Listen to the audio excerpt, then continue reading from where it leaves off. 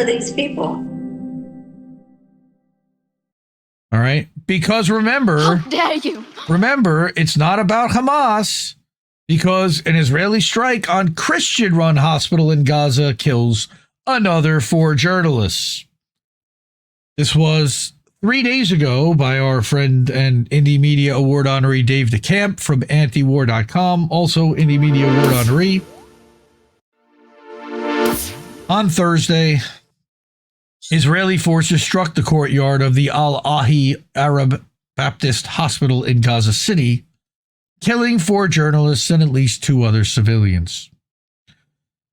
The hospital is run by the Episcopal Diocese of Jerusalem, which strongly condemned the attack in a statement that was released before a 4th journalist was declared dead. Quote, this morning at about 10:20 a.m.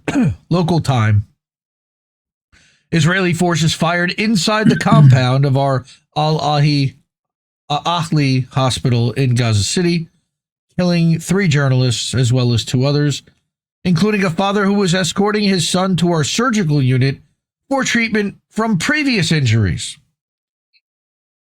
In addition, this unprovoked assault against civilians wounded 30 other bystanders, among them 4 of our hospital staff. Of course, that was also part of Israel's intent.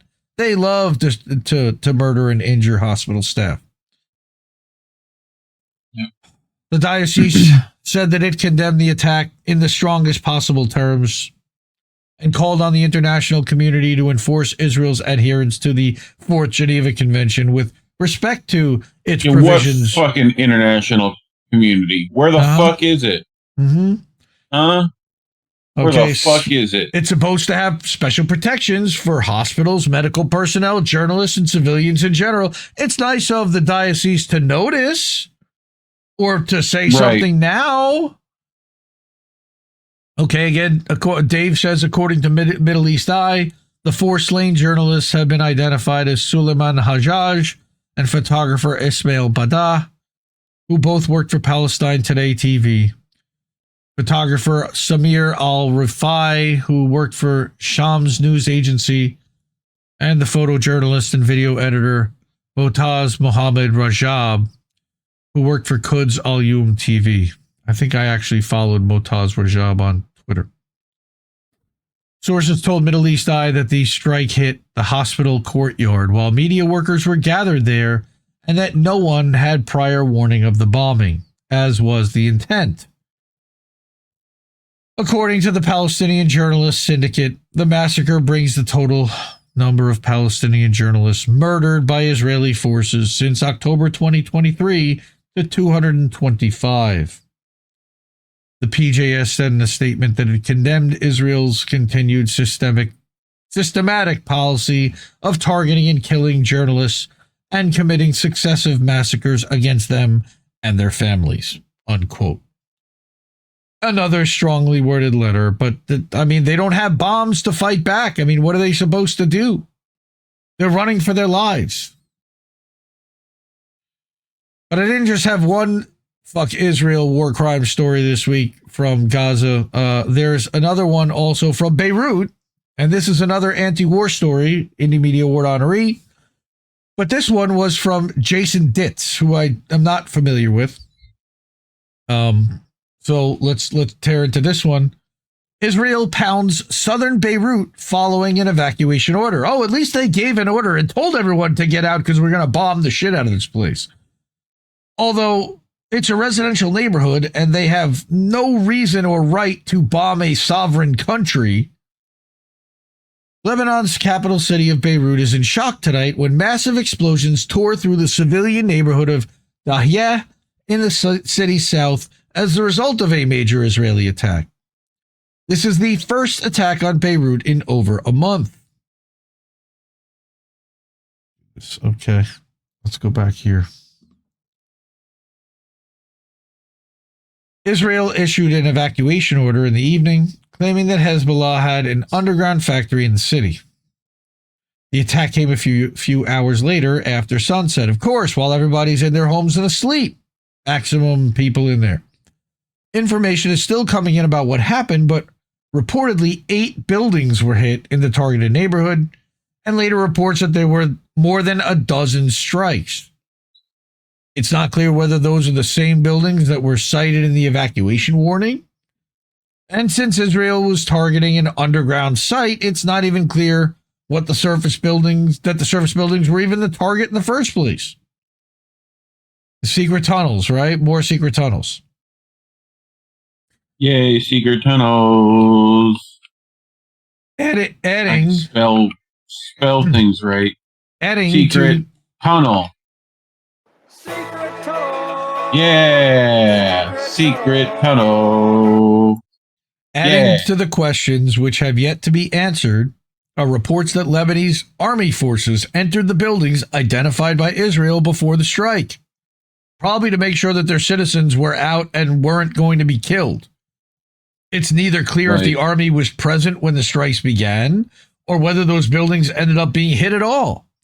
But it could potentially add to the seriousness of the matter. There are still no confirmations of casualties, which is weird. People reported that there were substantial traffic jams in Dahya as everyone moved to try to evacuate before the strike, naturally. It may well reduce the likelihood of civilian casualties, though again, we don't yet have word of what hit the buildings or what the hit buildings were, or whether anyone was left within them. Israel claimed the existence of the alleged underground site was a ceasefire violation, but it has yet to be established that there actually was such a site there.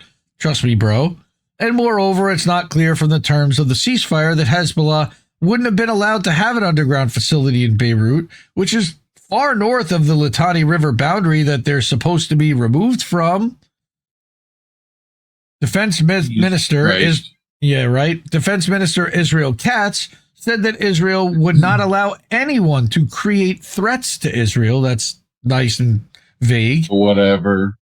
Though Hezbollah has not actually attacked Israeli territory a single time since the ceasefire went into effect in November, so the timing of this attack is odd to say the least, or maybe not so much at all. Adding to the timing... Congratulations, Israel. Congratulations on being the world's biggest bitch. Yeah. Well, they're also the world's biggest douche. All right. Yes. So that's a pretty good accomplishment there to be both. Adding to the timing is the question that the attack came roughly around sunset, meaning the important religious feast of Eid al-Adha had just begun. Thursday marked the Yom Arafah, a very important holiday where Muslims who do not go to Mecca that year generally fast. All right. Sunset marks the end of the fast and the beginning of the feast. An Israeli strike roughly coincided with that because, God forbid, any of them are allowed to eat ever. They want to starve all of the Muslim population, apparently. But not just the Muslims, because remember, Al-Ahli Hospital is a Christian hospital. Yep. Though Hezbollah's violation of the ceasefire here is still up for dispute, Israel plainly isn't.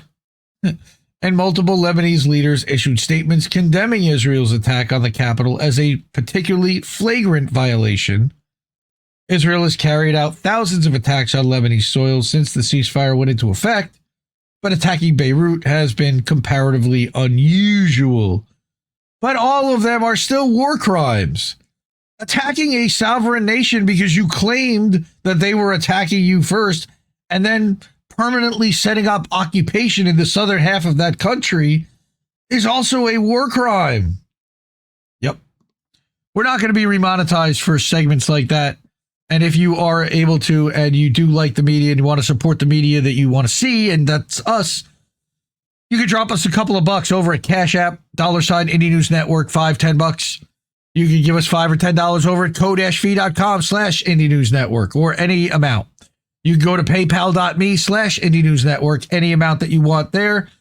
You can also go to innnewsletter.com. That's where our daily and weekly newsletters go out, as well as some of the podcasts for the individual shows after we stream them live on Substack, which, by the way, we are live on Substack. Good evening, Substack. If you're watching and hanging out, thank you for hanging out. newsletter near you. I did have the chat open at one point. I don't know what happened to it, but all right. Sorry, but Rachel Maddow's death will just have to come as a pleasant surprise to me. It would be. Well, I'm not gonna in a video game, right? In a video game. All right. So, good evening to our Substack fam. Good evening over on Odyssey. We're live on Odyssey. I see that Raw Meat Herd is over there. So, good to see you over there, fam.